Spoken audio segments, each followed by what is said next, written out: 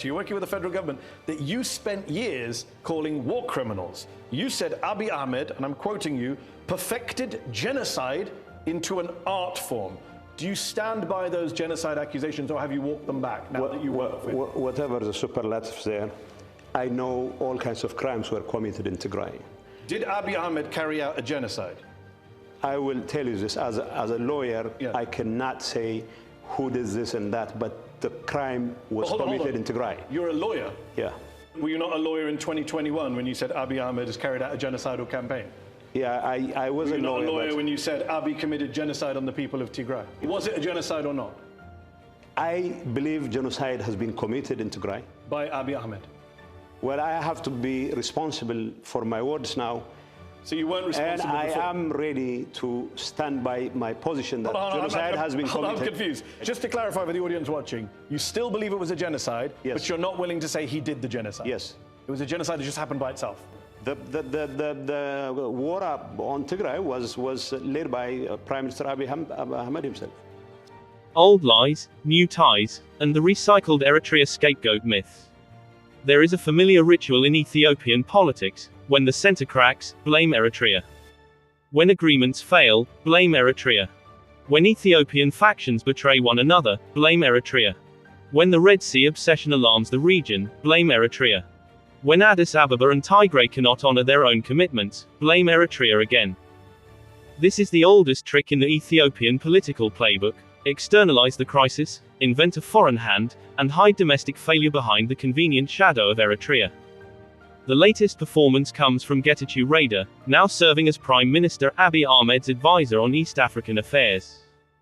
In a June 11, 2026 Al Jazeera opinion article, Getachew and Redwan Hussein, the Director General of Ethiopia's Intelligence and Security Services, attempt to portray Eritrea as the principal source of danger to Ethiopia's fragile peace. Their argument is simple: the Pretoria Agreement is under threat because Eritrea is allegedly backing hardliners and pushing Ethiopia toward another war. But this claim collapses under the weight of Ethiopia's own record. The uncertainty principle of Ethiopian elite politics. Getachew Reda is not an accident. He is the latest incarnation of a familiar Ethiopian ruling class habit: treachery dressed as strategy, deception packaged as diplomacy, and flip-flopping elevated into statecraft. In the political culture of Ethiopia's Abyssinian elite, yesterday's enemy can become today's patron, yesterday's accusation can become today's slip-up, and yesterday's principle can be sold by evening for a seat at the palace table. Getachew's career seems designed to outdo even the uncertainty principle of quantum mechanics. With some politicians, one may not know both position and momentum at the same time. With Getachew, Abiy, and their circle, one cannot know whether a position taken in the morning will still exist by lunchtime, let alone by evening. Their politics has no fixed moral location. It moves with office, opportunity, and survival. If Meles Zenawi was the arch-deceiver who turned tactical ambiguity into a governing method, Abiy Ahmed, Getachew Reda, and Sabkin Gebretense represent a more shameless generation of the same tradition: men of shifting loyalties, convenient memories, and selective outrage. They speak of peace while preparing for war. They speak of accountability when out of power and forget it when near power. They speak of sovereignty when it protects them and dismiss it when it belongs to Eritrea. This is why Getachew's latest attack on Eritrea must not be read as serious regional analysis. It is the speech of a man who has changed camps without changing habits. Once Abiy's loud accuser, he is now Abiy's advisor. Once a voice claiming to speak for Tigrayan suffering, he now echoes the very political center he condemned. Once a critic of betrayal, he has become one of its most polished practitioners. The issue, therefore, is larger than Getachew himself. He is merely the newest face of an old political disease: the refusal of Ethiopian elites to own their failures, honor their agreements, respect their neighbors' sovereignty, or tell the truth when blaming Eritrea is more convenient. The Eritrea scapegoat myth survives because men like Getachew need it. It gives them cover. It gives them a script. It allows them to escape the wreckage of their own contradictions by pointing south, north, east, anywhere but inward. Blaming Eritrea for Ethiopia's own broken agreements. The first deception must be confronted at the source. The Pretoria Agreement was not an Eritrean agreement, and its failures cannot honestly be placed at Eritrea's door. Eritrea was not a party to the Pretoria Agreement. Eritrea did not write Pretoria, sign Pretoria, administer Pretoria, obstruct its implementation, or control the parties responsible for carrying it out.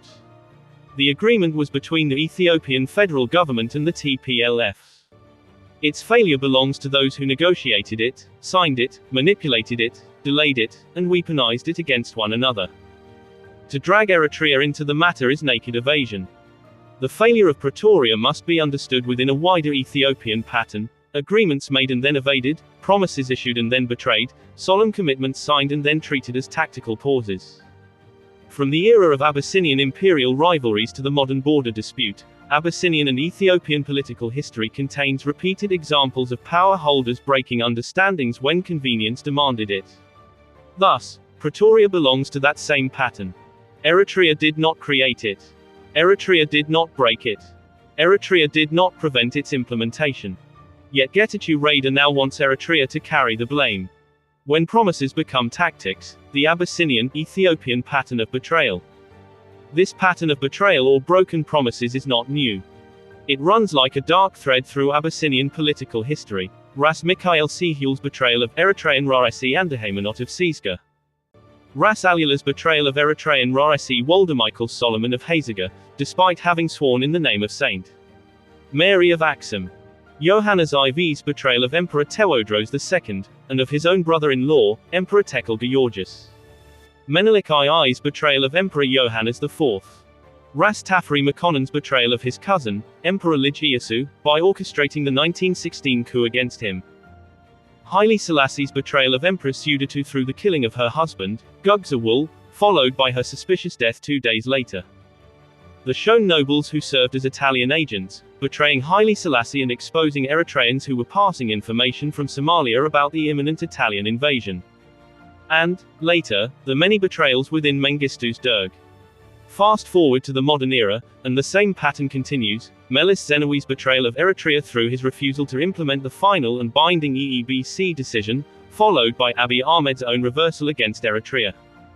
Taken together, these episodes point to a long political culture in which solemn commitments are too often treated not as binding obligations, but as instruments of temporary advantage. Eritrea's position: stability, sovereignty, and shared regional security. Against this manufactured accusation stands Eritrea's consistent regional outlook: Ethiopia's peace is not a threat to Eritrea. Ethiopian expansionism is. Eritrea has no interest, in principle or in practice, in seeing Ethiopia bleed to death. Eritrea's outlook is not zero-sum. It is shared-sum. A stable Ethiopia that respects the sovereignty of its neighbors serves Eritrea's interests, the Horn of Africa's interests, and Africa's interests. What Eritrea rejects is not Ethiopian stability.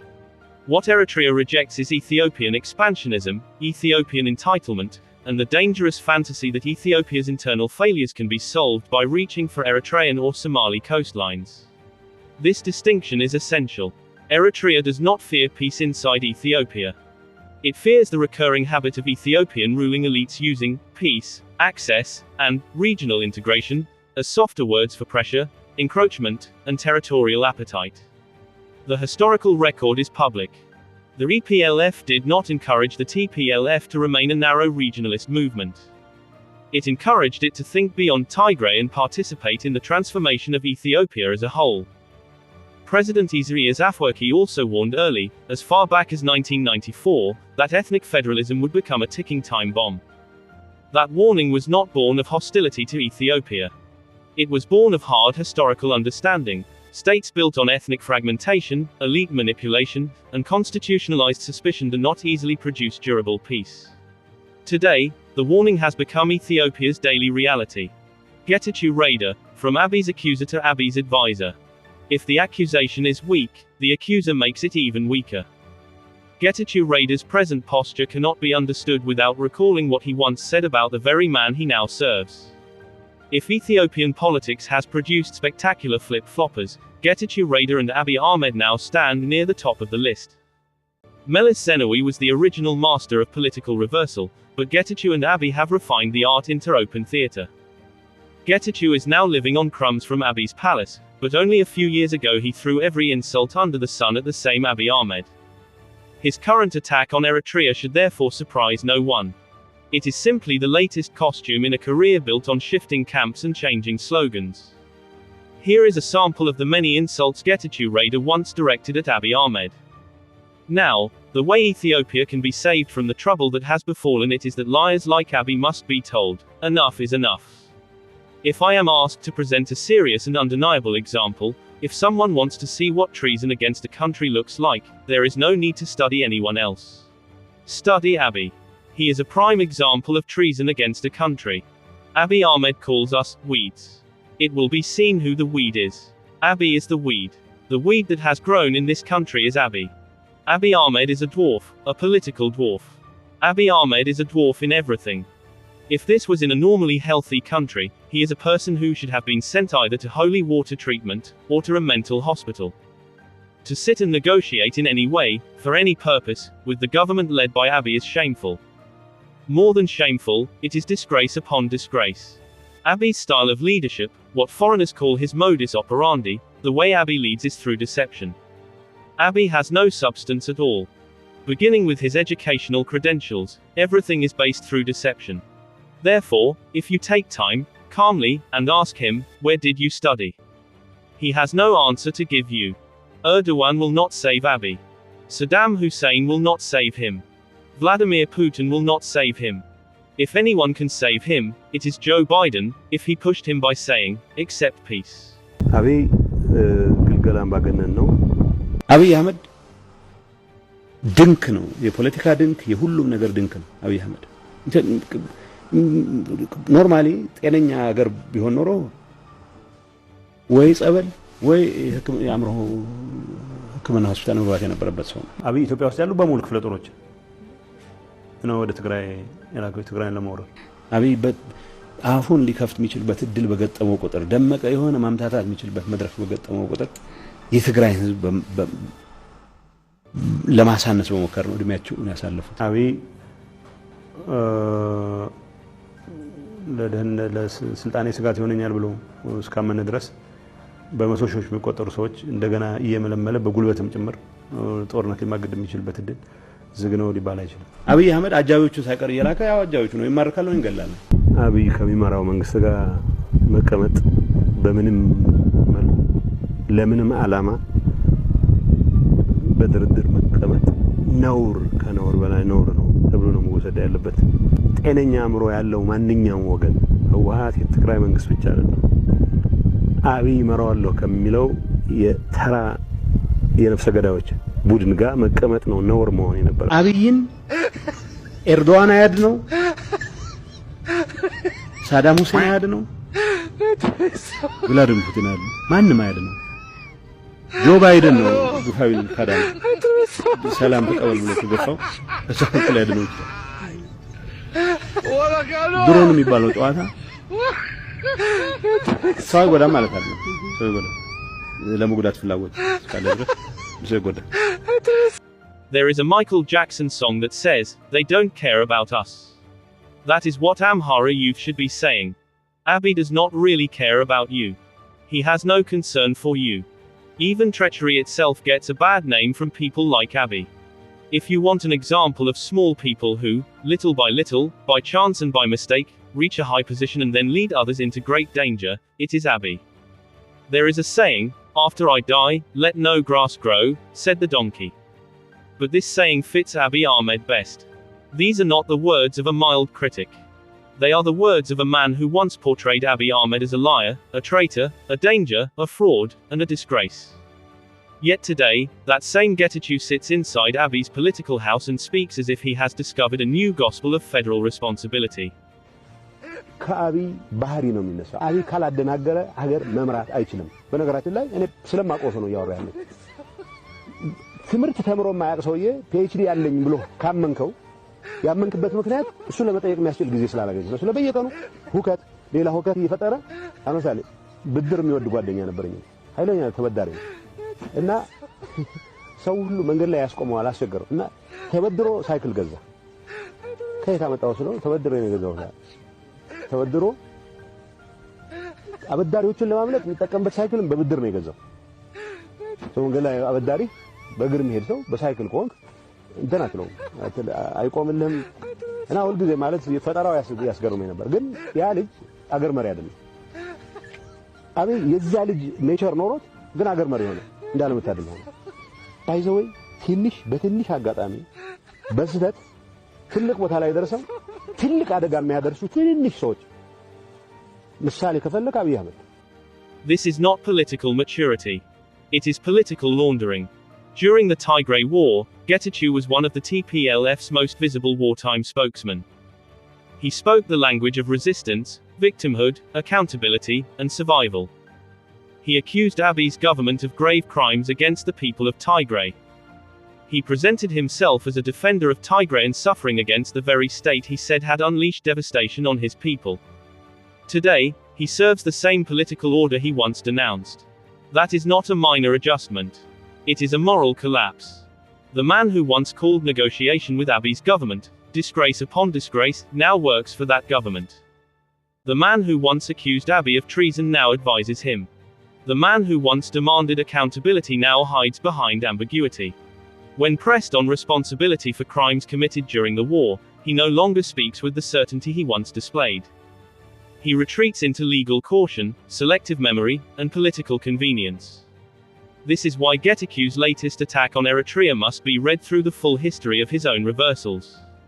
That you spent years calling war criminals. You said Abiy Ahmed, and I'm quoting you, perfected genocide into an art form. Do you stand by those genocide accusations, or have you walked them back now that you work with? Whatever the superlatives there, I know all kinds of crimes were committed in Tigray.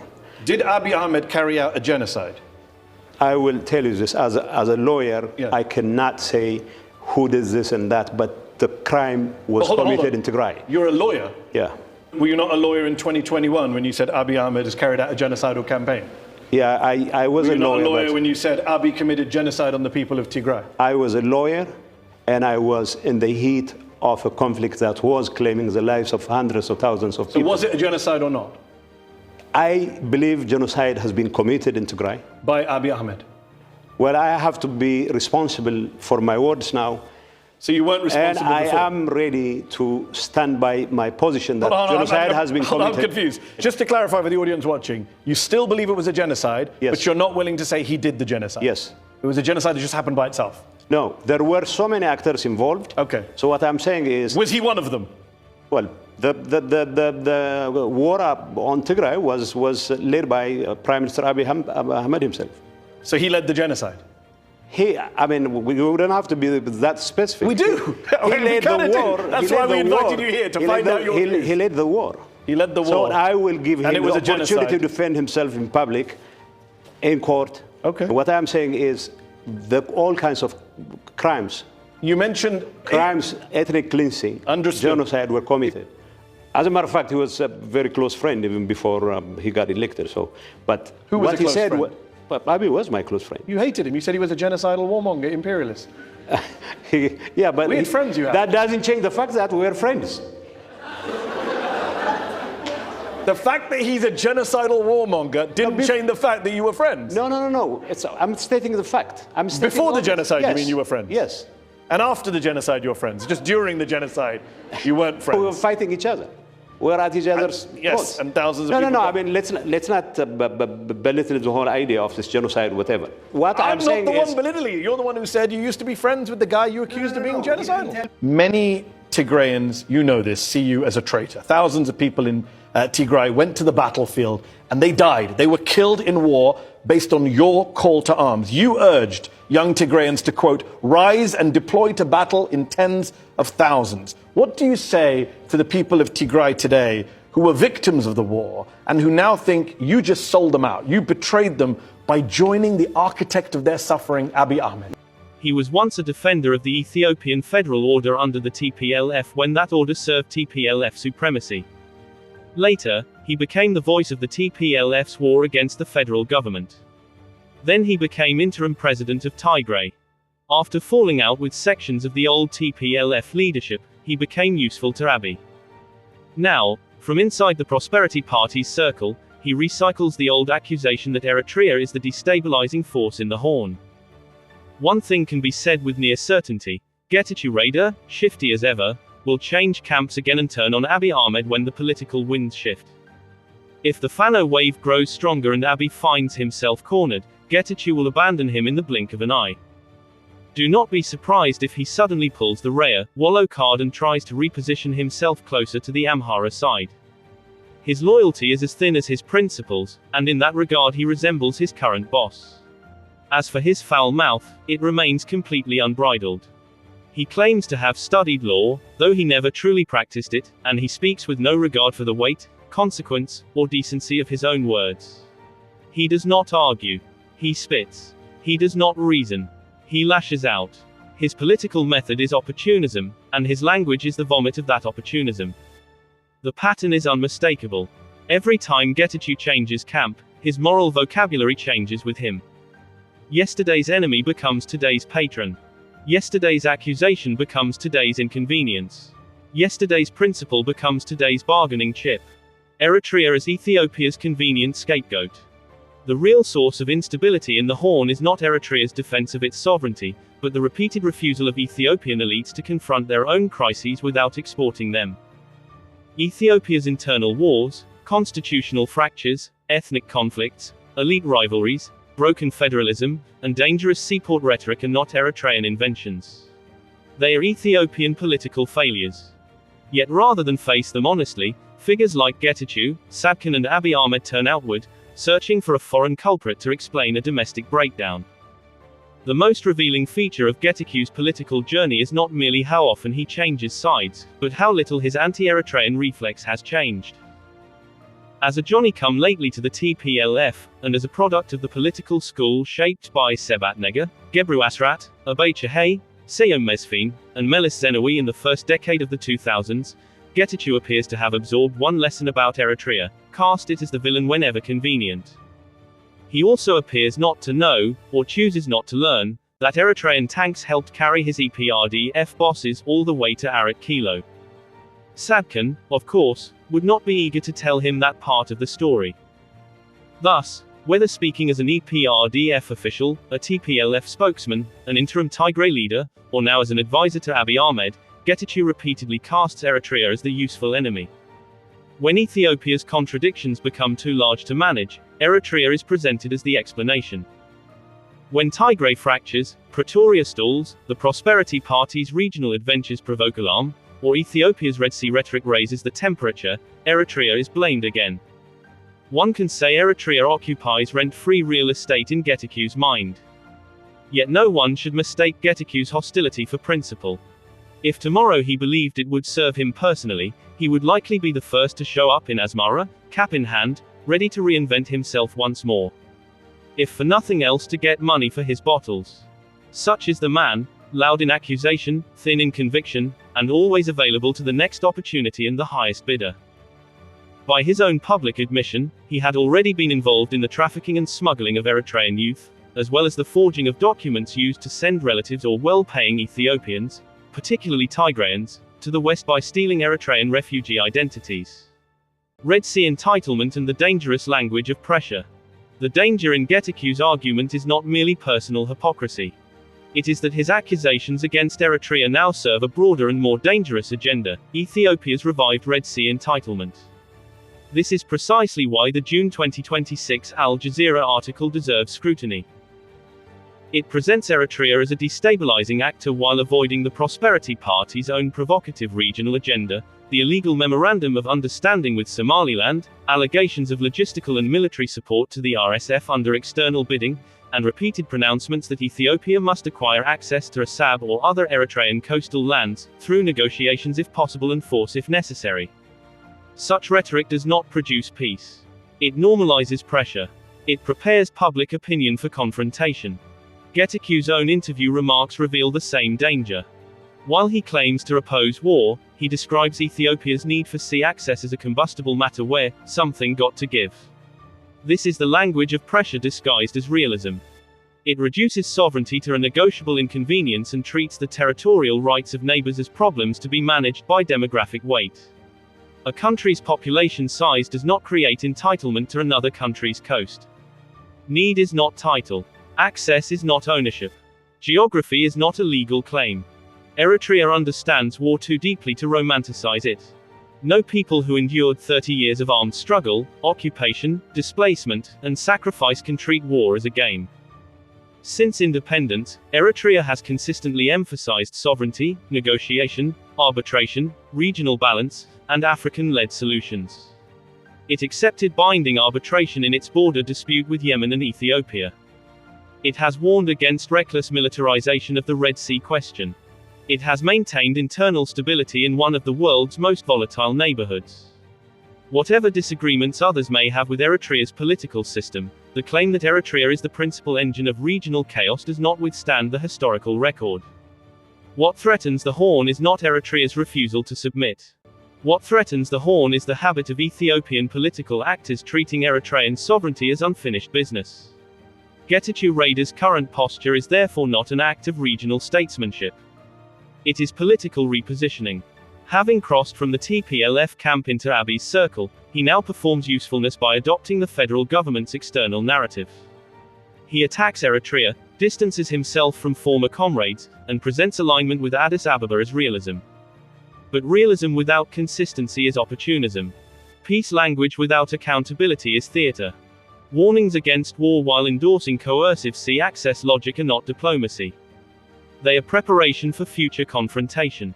The tragedy is that Getachew knows better. He knows the cost of war in Tigray. He knows what happens when leaders gamble with civilian lives. He knows how quickly rhetoric can become mobilization, and how quickly mobilization can become mass suffering. Yet instead of restraining dangerous narratives, he now helps circulate them. That is the most damning contradiction. A man who once accused Abiy Ahmed's government of devastating Tigray now serves that same government. A man who once claimed to speak for Tigrayan victims now blurs the demand for accountability. A man who says he wants peace now lends his voice to a narrative that paints Eritrea as the convenient enemy.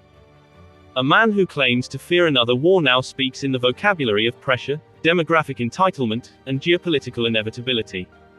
This is not leadership. It is political survival dressed as strategy.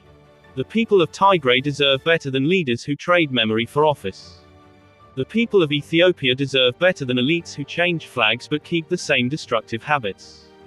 The people of Eritrea deserve better than endless demonization by those who use Eritrea as a mirror to avoid facing their own failures.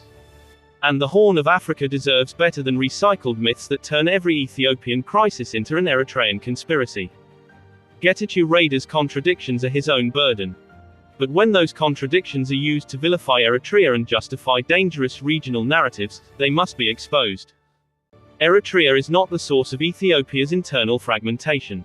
Eritrea did not create the Prosperity Party's Red Sea obsession. Eritrea did not fracture the TPLF. Eritrea did not prevent full implementation of the Pretoria Agreement. Eritrea did not create Ethiopia's wars in Oromia, Amhara, Tigray, or elsewhere. Eritrea did not write Ethiopia's constitutional crisis. Eritrea did not manufacture Ethiopia's elite rivalries. The myth of Eritrean destabilization survives because it is useful. It gives Ethiopian power brokers an external enemy. It gives failed leaders an excuse. It gives opportunists a new script when their old one collapses. Conclusion: political acrobatics are not statesmanship. After all the reversals, evasions, and accusations, the issue returns to a simple truth: peace in the Horn will not come from blaming Eritrea for Ethiopia's unresolved crises. Getachew Reda has become one of the loudest readers of that script. But the script is old, the accusation is hollow, and the contradiction is impossible to hide. The Horn of Africa does not need more political acrobats. It needs leaders with memory, consistency, humility, and respect for sovereignty. Peace will not come from blaming Eritrea for Ethiopia's unresolved crises.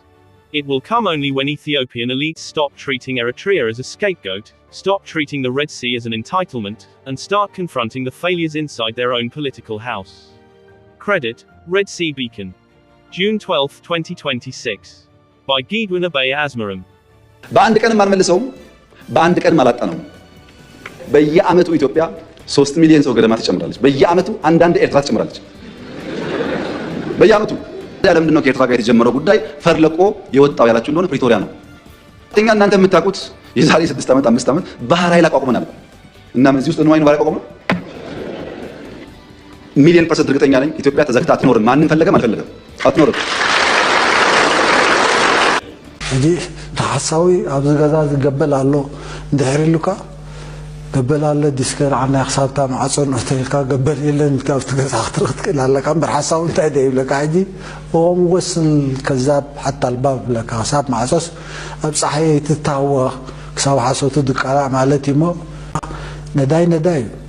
ነዳይን ተጣላዕን ሓንቲ እያ ተሓሳስቦ ቀፃሊ ሓድሽ ሓሶት ምምሃዝ ከዓ በዚ ዘሎ ፋብሪካታት ሎሚ ሓሶታት ክምዝ ፀገብ የለን ግን ዓረብ እንታይ ይብሉ ወስል ከዛብ ዕንደልባብ ንሓሳዊ ክሳብ ባብ ኣሰኒዮ በሃል ሕጂ ተሓሳዊ ኣብዚ ገዛ ዝገበል ኣሎ እንድሕሪሉካ ገበል ኣሎ ዲስከር ዓና ክሳብታ ማዕፆን እተልካ ገበል የለን ካብቲ ገዛ ክትክእል ኣለካ እምበር ሓሳዊ እንታይ ደይብለካ ሕጂ እዎም ወስን ከዛብ ሓታ ኣልባብ ብለካ ዓይነ ሓሳብ ከይህልዎ ዝማይ ዓይነ ንስርሎ ዝሕሉ ካብ ሰማይ በትሪ ሙሴ ስቑኢሉ ይሓለፎን ደም ጀጋኑ ንኾንቱ ይፈሰሶን ደም ጀጋኑ ንኾንቱ ይፈሰሶን